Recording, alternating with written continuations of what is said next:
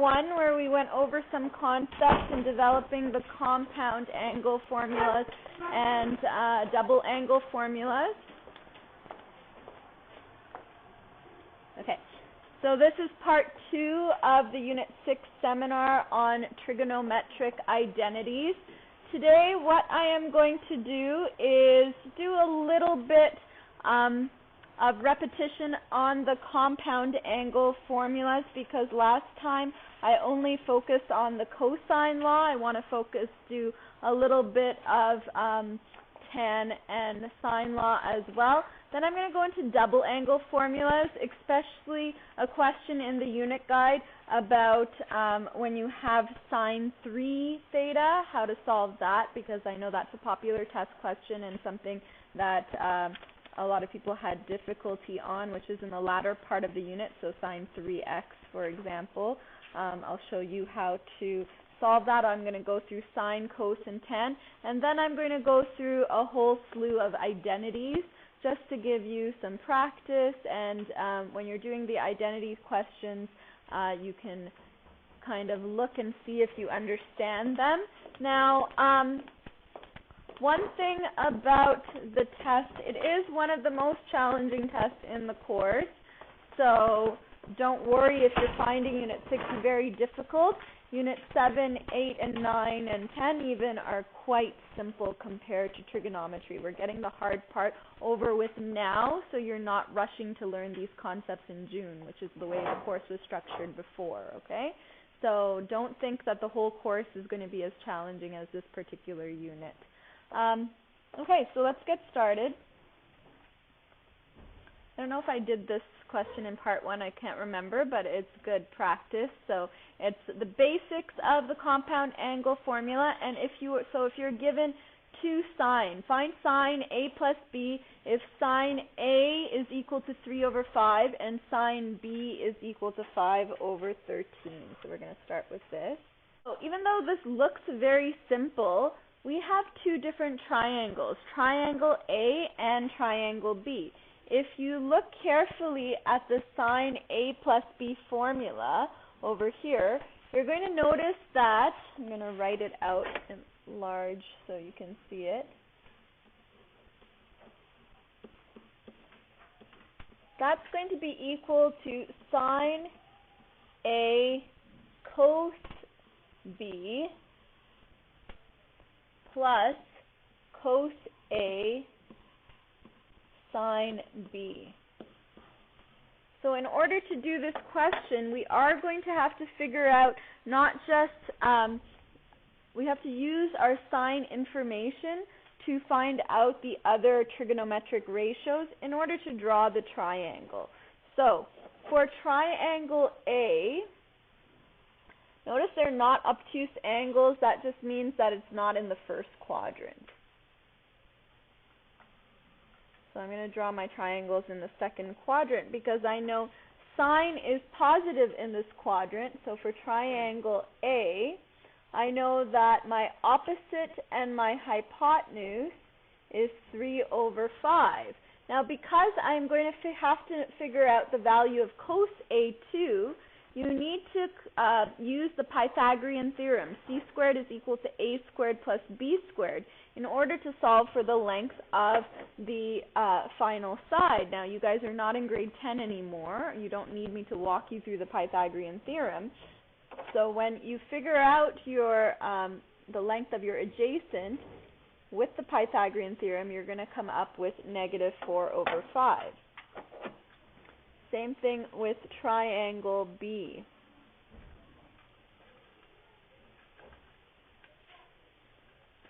I know that my opposite and my hypotenuse, 5 over 13, erase this a little bit. With Pythagorean theorem, you can solve for your adjacent. That's going to be negative 12. So now I have all the information I need in order to plug values into this formula. So sine A, which I already know the value of, 3 over 5, times my cos B, And cos B is going to be adjacent over hypotenuse, so I know that's going to be negative 12 over 13, plus cos A, and cos A, I'm looking at the first triangle, I know that cos A is going to be negative 4 over 5, times my sine of B, which is 5 over 13.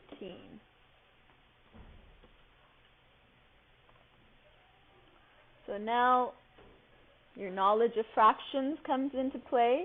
So you have a negative 36 over 65 plus a negative, so it would be negative 20 over 65, which is going to give you a final answer of negative 56 over 65. So that's pretty straightforward. Can I actually just borrow your calculator for a second? I left mine. I'm going to give it right back to you. Okay, so that's one particular test question where we're going to rely on your knowledge of the formula and deriving triangles to come up with the necessary ratios to put into the compound angle formula. Let's do a sine question, because last time I was exclusively focusing on cosine. So if we have sine pi over 12, and you need to express this, use the compound formula to find the exact value of this. So I basically want to express this as sine a plus b or a minus b. Now I know that if you have a calculator on you, if you take pi 180 divided by 12, you are going to get a value of 15 degrees. 15 degrees. So I know that 45 degrees, or pi over 4, minus a value of 30 degrees, which is pi over 6. So those are the special triangles, 45 degrees and 30 degrees. When you subtract those, they give you a value of 15 degrees. So this is going to be my A value. This is going to be my B value. So then, straightforward, you can plug it into the formula. It's going to be equal to sine pi over 4 cos of your B value, pi over 6, subtract, move this down a little bit,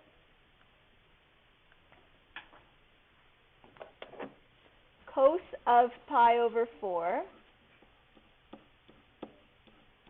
times sine of pi over 6.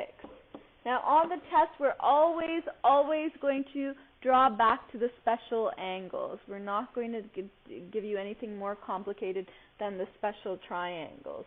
So, but you do need to know, have a strong knowledge of how to work with radicals in order to solve a question like this.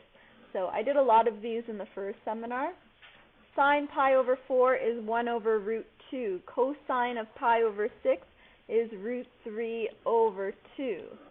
Then we have subtract.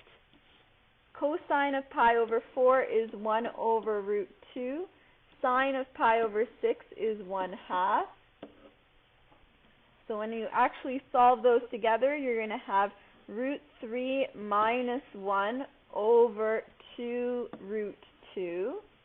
And there's a reason why I wanted to do this particular question. I cannot leave my question like this, my answer like this, because I have a root 2 in the radical.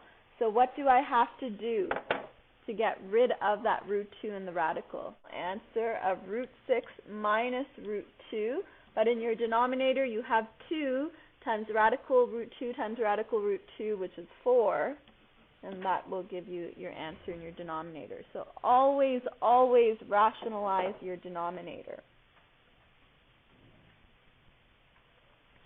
Now, you can also use compound angle formulas to derive another compound angle formula, which I want to do because it's kind of an introduction. It's very related to trig identities. So say I wanted you to prove that the formula for tan A plus B. So tan A plus B is this formula. Oops. I didn't want to do that. Let's do highlighter. So tan A plus B is this formula over here. So what if your test question asked you to use compound angle formulas to derive the tan compound angle formula? I'm going to show you how to do that.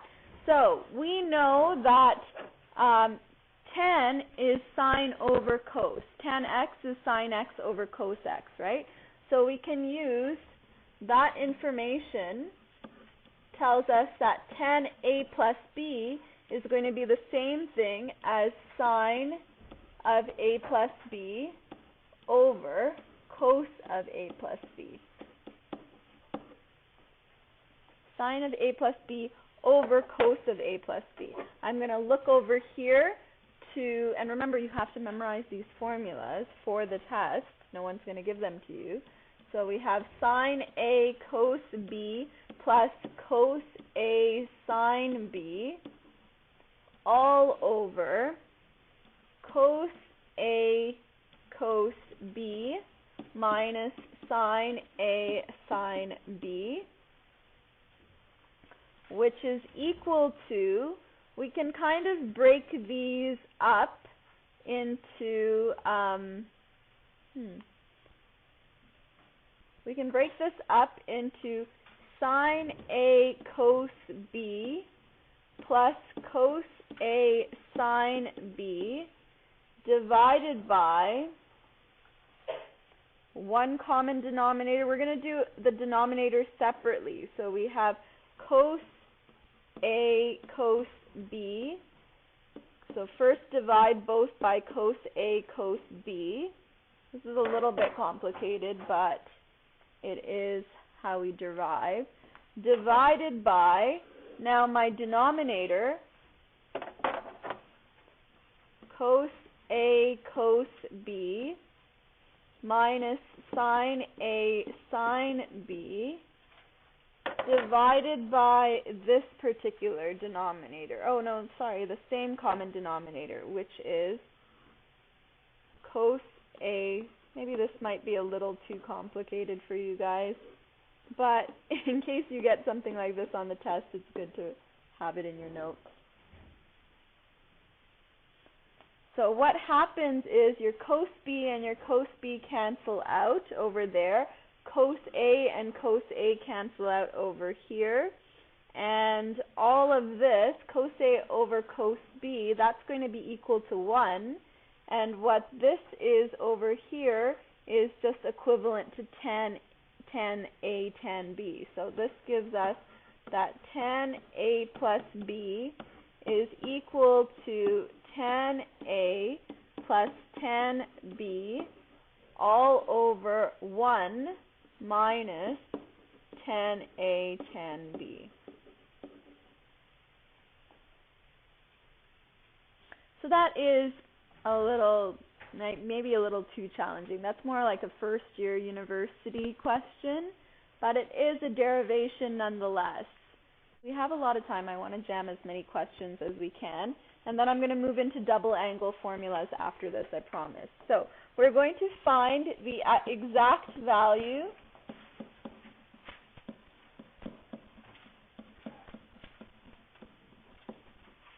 of tan of negative 5 pi over 12. Tan of negative 5 pi over 12.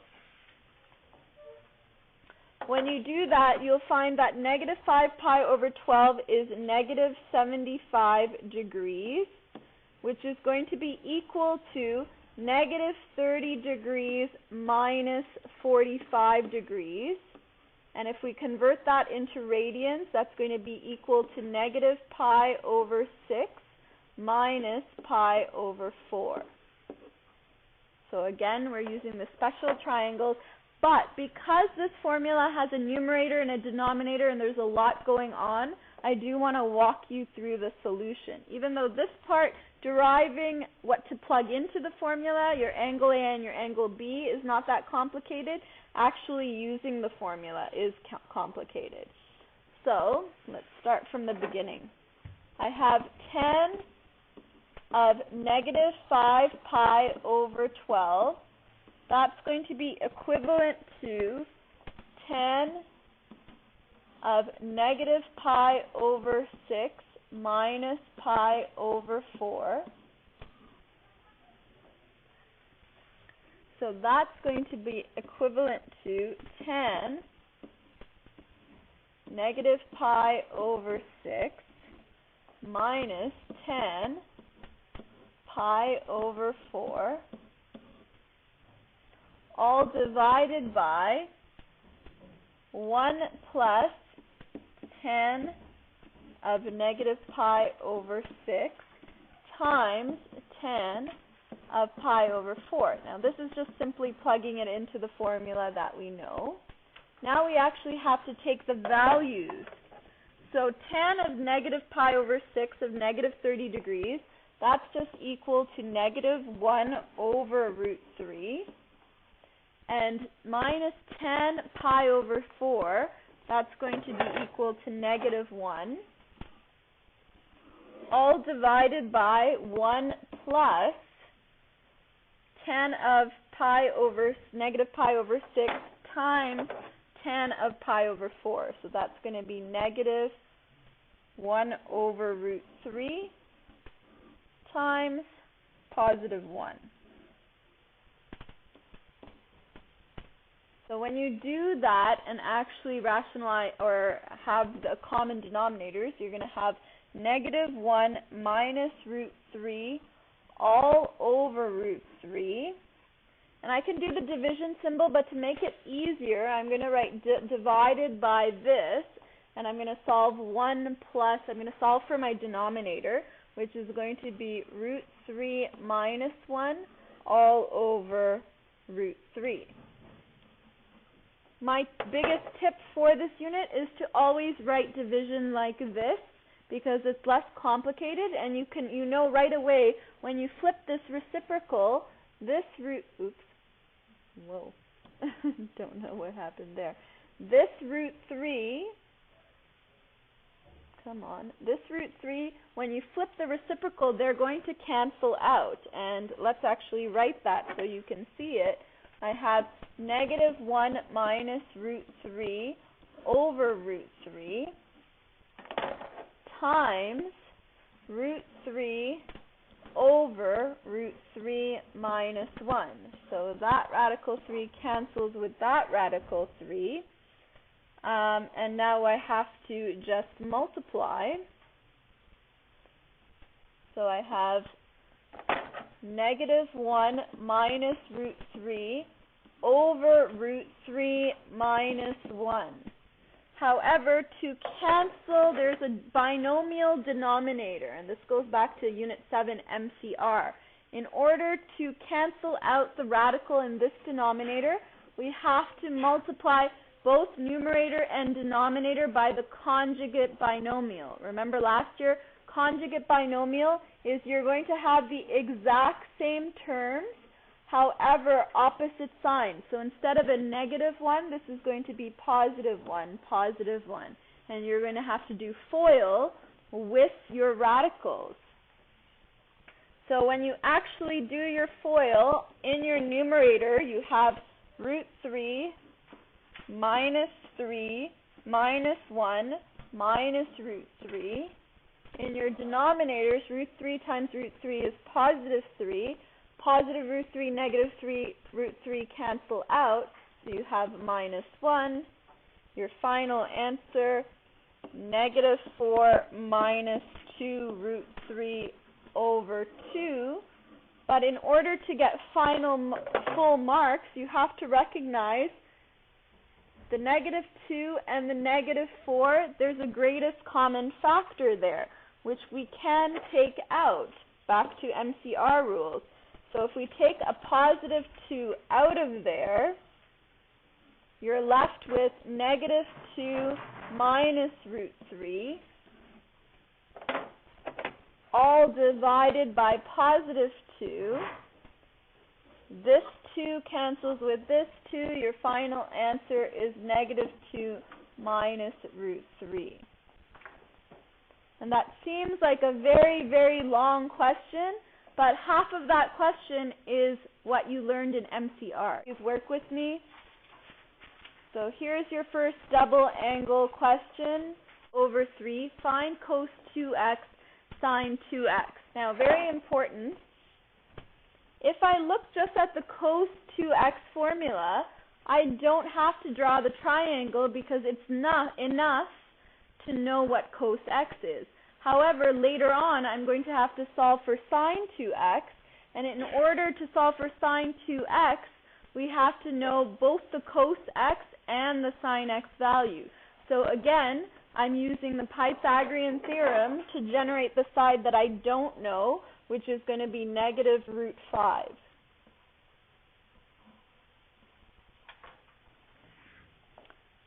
So, simple to start off with the cos 2x formula. That's just going to be equal to 2 cos squared x minus 1, which is going to be equal to 2. Remember, I told you last time, cos squared x and 2 cos x are different things. Cos squared x means my cos value, which is negative 2 over 3 squared. 2 cos squared x means 2 times whatever the cos squared x value is. So please don't make that mistake on the test. So I have 2 times negative 2 over 3 squared minus 1, which gives me 2 times negative 2 over 3 squared is going to give me 4 over 9 minus 1.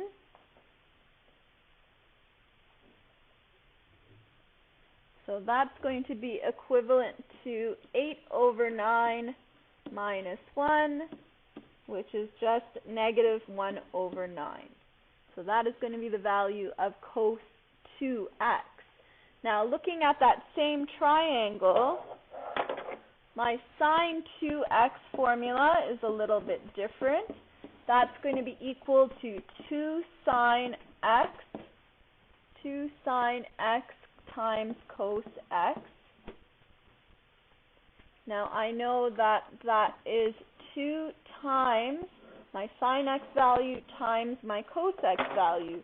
My sine x value for this particular triangle is opposite negative 5, root 5, over my hypotenuse of 3. Cos is negative 2 over 3. And you multiply everything together. You don't have to rationalize the denominator because there is no radical in the denominator. So we can leave our answer as positive 4 root 5 over 9. So from one triangle, we can generate our double angle formulas. Now, something that was difficult in the unit guide, using double angle, it's actually using a combination of double angle formulas as well as compound angle formulas. Use the appropriate compound angle formula and double angle formula to find a formula for sine 3 theta, cos 3 theta, and tan 3 theta. And that's what we're going to do right now. This is actually a question straight from your unit guide, page 408, I believe number 12 and 13 in your unit guide.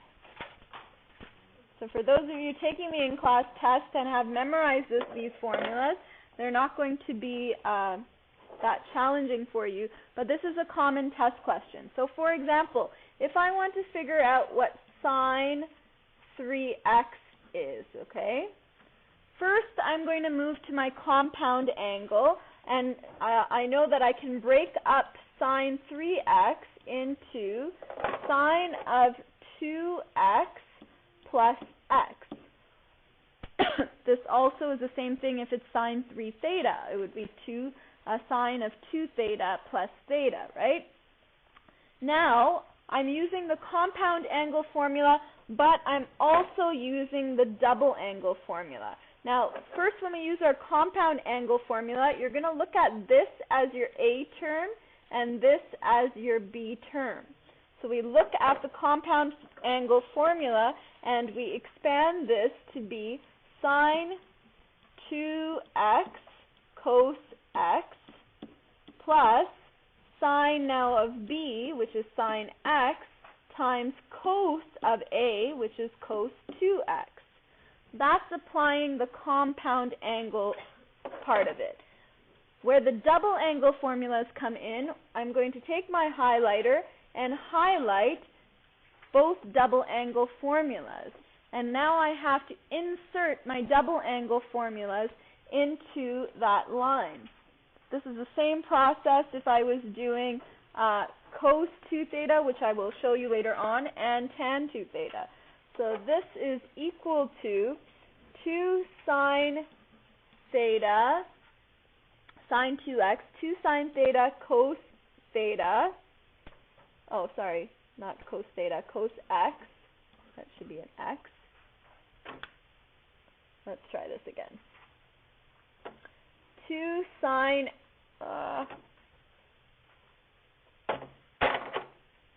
2 sine x cos x, again times cos x, which is already in the equation,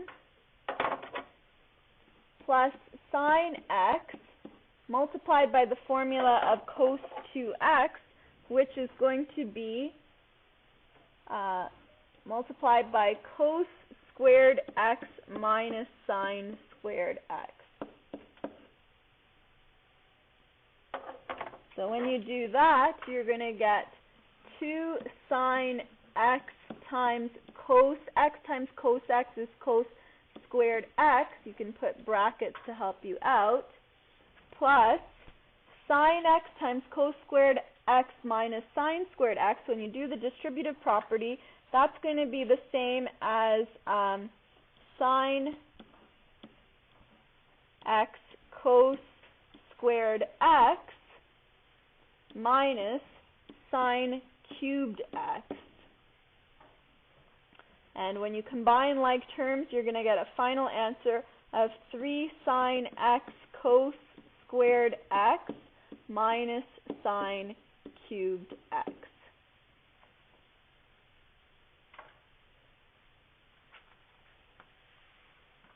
Okay. Very similar process when you're trying to figure out what cos 3x is, right? It's going to be very similar process.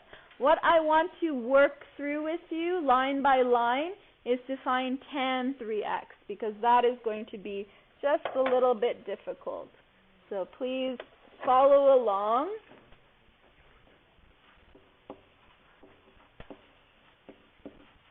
Okay, so starts the same way. Tan 3x is going to be equal to tan of 2x plus x, where your 2x is your angle, is your A, and x is going to be your B value. So this is going to be the same thing as tan 2x plus tan x over 1 minus tan 2x tan x. That's the compound angle formula we're using. But then we have to figure out the double angle formula as well and put it under a common denominator. So we have 2 tan x over 1 minus tan squared x plus tan x minus tan cubed x over 1 minus tan squared x, all divided by 1 minus tan 2x tan x.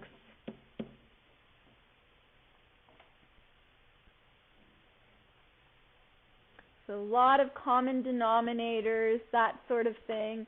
That's how you would set up your equation. Okay, I just realized I'm running out of time.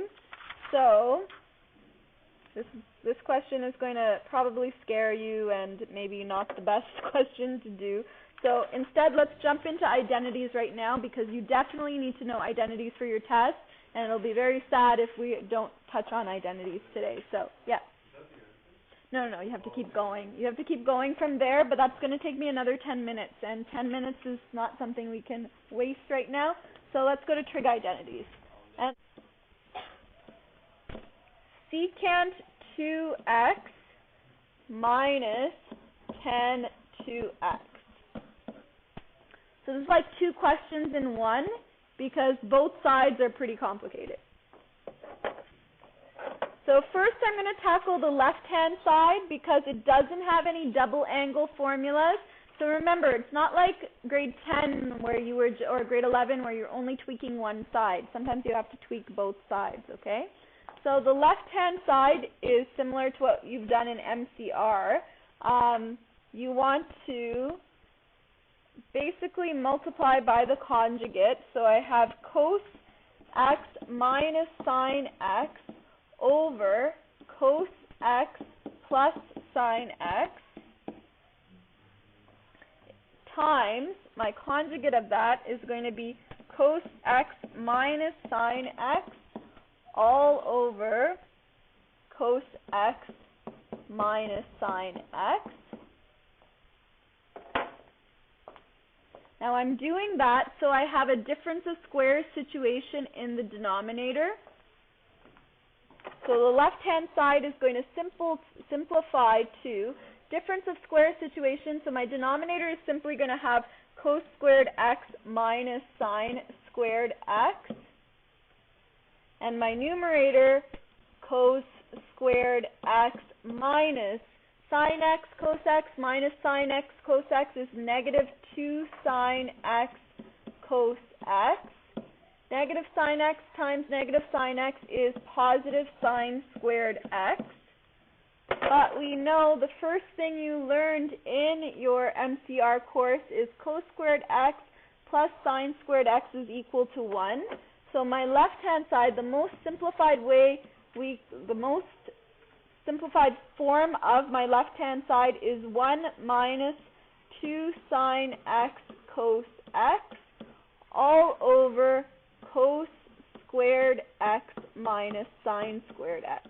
Put a box around this because we're going to try to manipulate now my double angle formulas in my right-hand side to get something close to this. Okay? So this is my left-hand side, remember. The simplified version of my left-hand side. Now, if you can understand what I'm doing on the right-hand side, you'll be fine for your test. So my right-hand side is secant 2x minus tan 2x. Remember, this is a very complex identity to prove, the right-hand side. Not the left-hand side, but the right-hand side. So bear with me. I have secant 2x is equal to 1 over cos of 2x. And tan 2x is going to be equal to negative 2 tan x over 1 minus tan squared x. What makes this so complicated is that, remember, the left-hand side is in terms of only sine x and cos x. That means I want to focus in on my tan x's, and I need to convert them into sine x cos x. So much fun. So the left-hand side, 1 over cos 2x, that's going to be equal to 1 over 2 cos squared x minus 1, which is fantastic because my left-hand side did have a cos squared x in it, right? So that's good. However, this side, I'm going to do a side note over here. That is the same as 2 tan x is the same as 2 sine x cos x, right? Then I have to divide all that by 1 minus tan squared x is the same as sine squared x over cos squared x. That looks very complicated. You probably want to do that on the side because that is going to be the same as minus, let's put square brackets over here,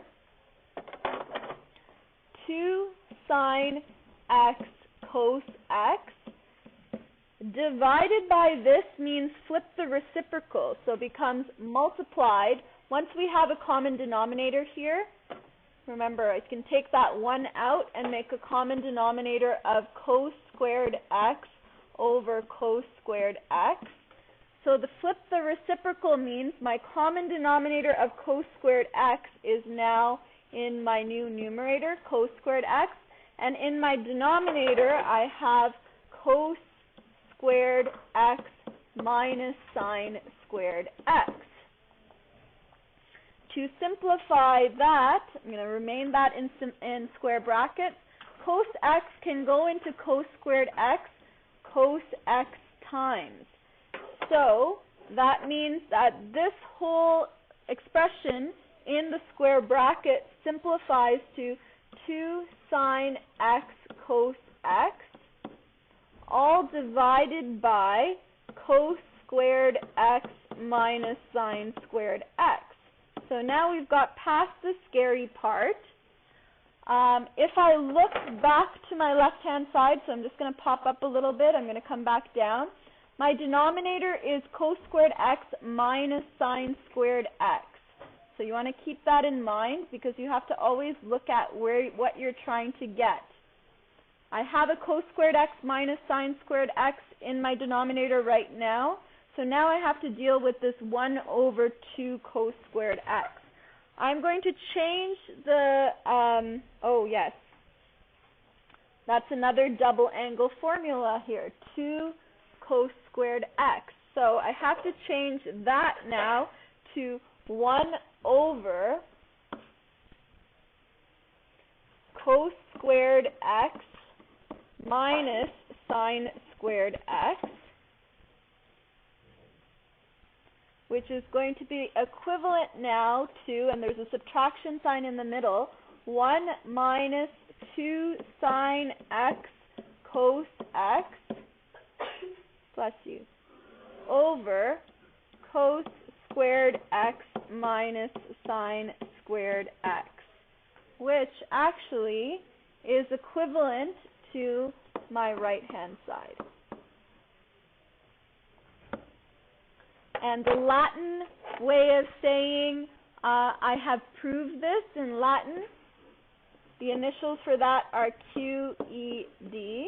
So we always put QED after we solve a proof. Okay? So that was a proof involving double angle formulas. Do you want me to do one more? Shorter one? Yes? Okay. Let's do a very short proof.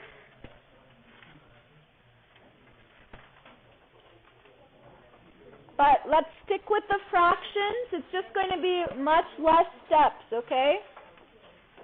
So I want to prove that 1 plus cos x over sine x is going to be equal to cotangent x divided by 2.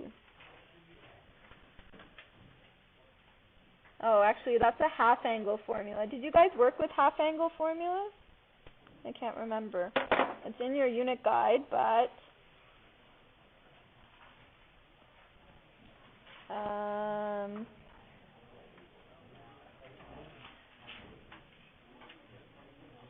okay, forget this.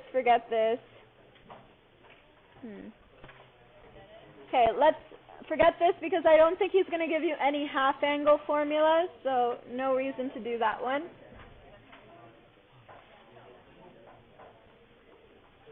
Okay, guys, I'm going to show you how to be able to use your knowledge of compound angle to really simplify a proof. So what if you're given something like this?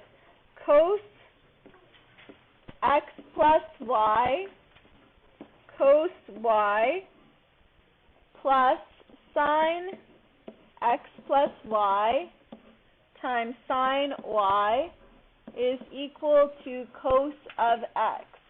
So that looks like a very long thing, but you notice a. If we put x plus y as my a, and this becomes a, and y by itself becomes b, so this is also b.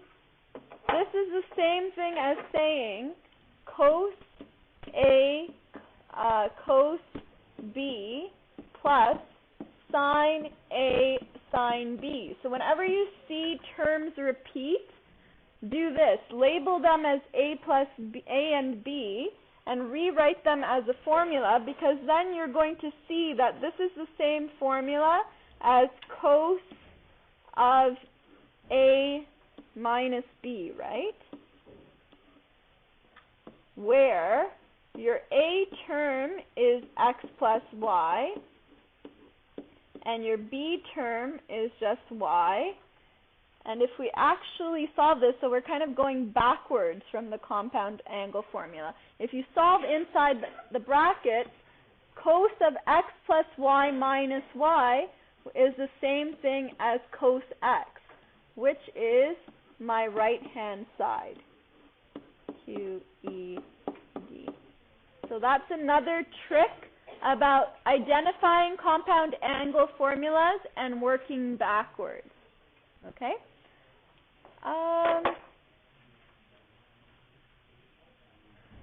So I think that's good. I also, if you went to my first part, I did a few more identity questions.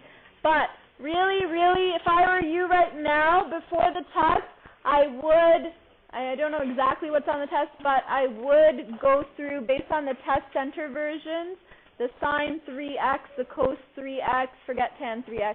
Try to understand that whole process, because that's a really good way for teachers to test whether you know compound angle and double angle formulas at the same time. I would memorize my formulas, and don't freak out on your test when you're given an identity. Play with it, right? If one way isn't working, keep going, and do not erase, because your teacher can give you part marks at least for whatever work that you're showing. So even if you hit a dead end, don't erase it, just draw a line and try again. The more steps that you have, the more ways you try it, the more marks we can possibly give you, okay? So good luck to those of you writing the test this afternoon. I'll see you later.